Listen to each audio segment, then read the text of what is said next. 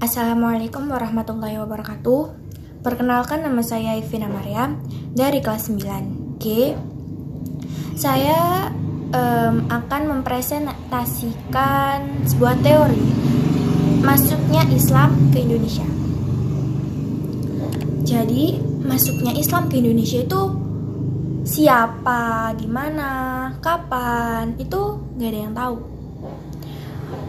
Namun, untuk memperjelasnya, para ahli membuat sebuah teori. Ada dua teori yang mengungkapkan kapan Islam itu datang ke Indonesia. Yang pertama, datang pada abad ke-7 Masehi. Di tahun ini ada dua berita.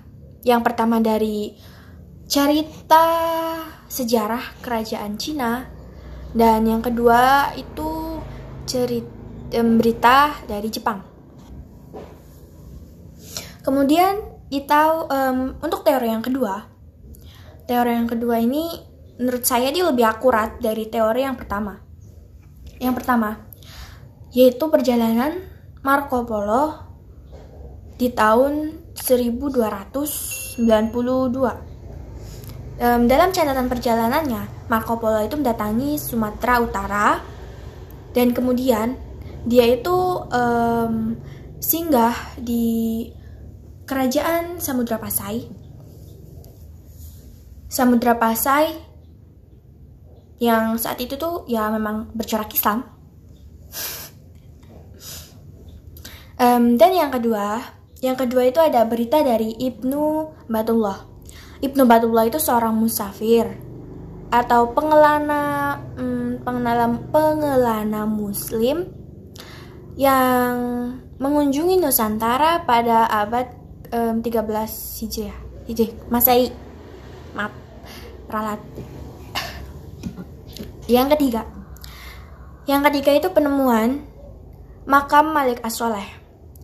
Malik As-Sholeh adalah seorang pengajar tasawuf yang kemudian diangkat menjadi seorang raja kerajaan Samudra Pasai.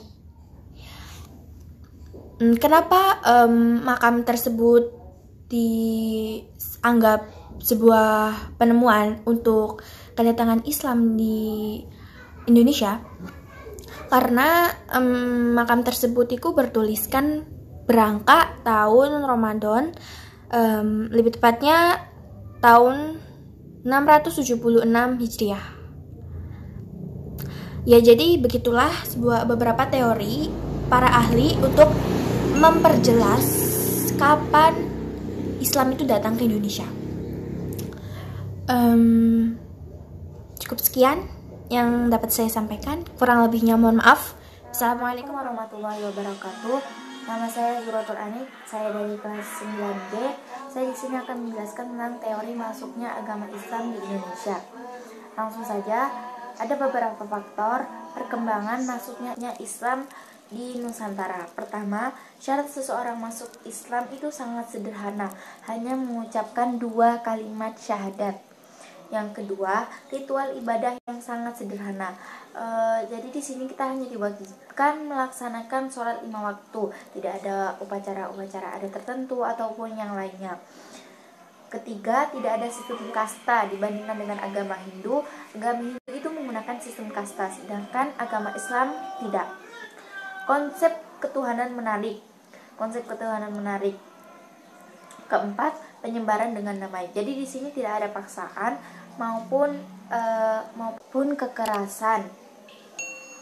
Yang kelima, semangat dakwah. Jadi kita di sini kita juga memiliki kewajiban untuk menyebarkan agama Islam, untuk menjaga agama Islam, untuk melestarikan, untuk menjaga nama baik agama kita.